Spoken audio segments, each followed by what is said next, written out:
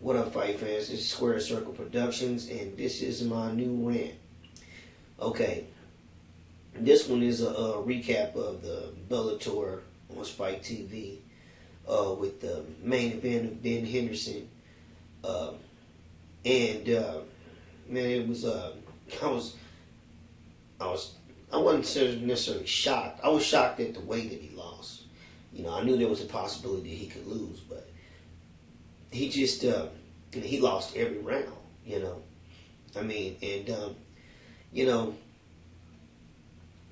I'm not gonna sit back. In my previous video, I had mentioned that this, if in the event that Ben Henderson lost, you know, this would, you know, mark a significant victory for Bellator as far as closing the gap between themselves and the UFC.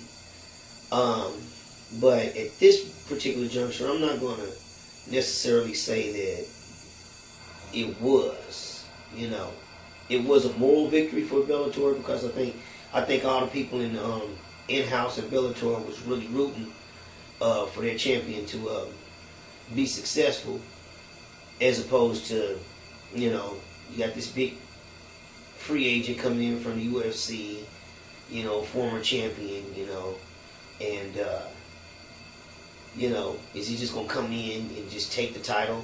You know, first fight in Bellator. But you know, you can't really say necessarily that, oh, well, they're dominant or anything like that, because at the end of the day, Ben Henderson has stepped up from lightweight to welterweight, and he had done this just before he left the UFC. And you know, the jury was still out. You know, he won some, lost some. So you can't really can't say. You know, but he just looked so much smaller, and the reach advantage is a lot. I mean, what he can do now with old boy. You know what I'm saying? He was, and I think that's where you MMA guys, gonna really have to start getting back into the basics with boxing. You know, because he wasn't able to get inside. You know, he was just throwing wild punches, trying to connect. And it wasn't like, when I mean wild punches, it wasn't like, you know, your typical MMA wild punches. It was like he was just throwing long punches, you know, but he had no chance of connecting. And he, like they were saying through the whole fight, that old boy wasn't really,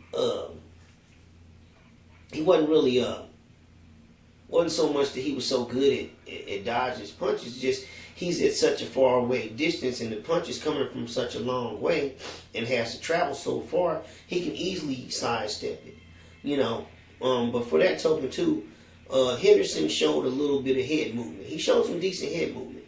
But, I mean, as far as really just, you know, being able to use that head movement to come in and get inside of old boy's guard, you know, to where, you know, you can, you know, either land some body shots, some power punches, and then possibly go in for takedowns, things of that nature. You know, he wasn't able to do that. Although, old boy, and I'm saying old boy because right now, man, I'm having a brain fart. I can't even remember dude's name.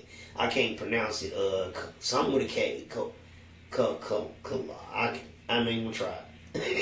You know, sorry, but he just wasn't able to get in. You know, and dude did have some power, and he did make Ben Henderson respect his power early on.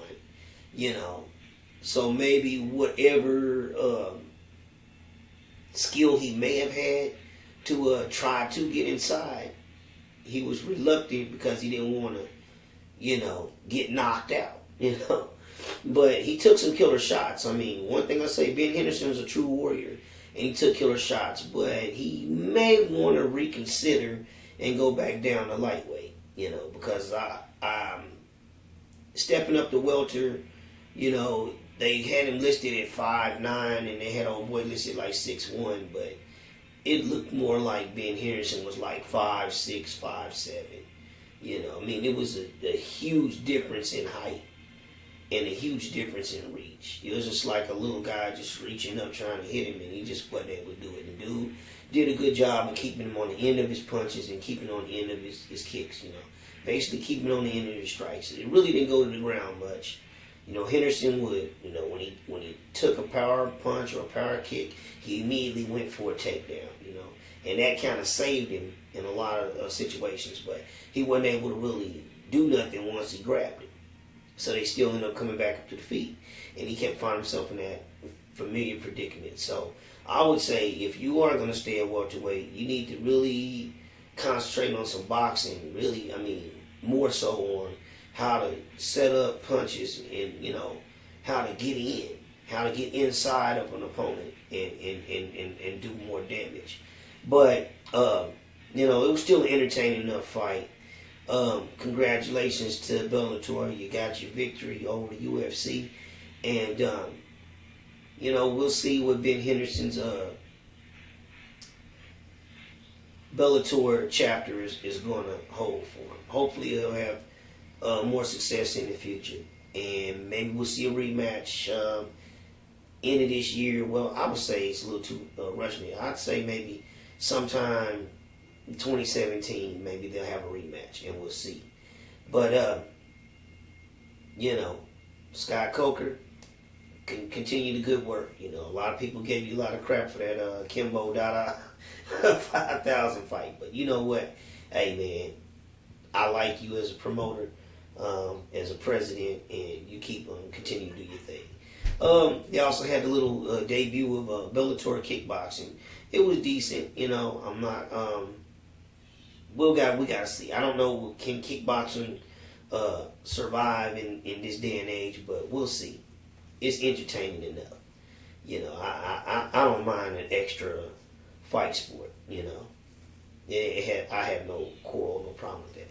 And even though I'm not dissing Bellator or nothing, but I just want to throw this in there. Congratulations, John Bones Jones, on your victory, becoming an interim champion in light heavyweight. We're looking forward to that rematch between you and Daniel Cormier and see if you get your championship back. But once again, John Bones Jones is back in UFC. Peace out to Bellator. Peace out, fight fans. One love.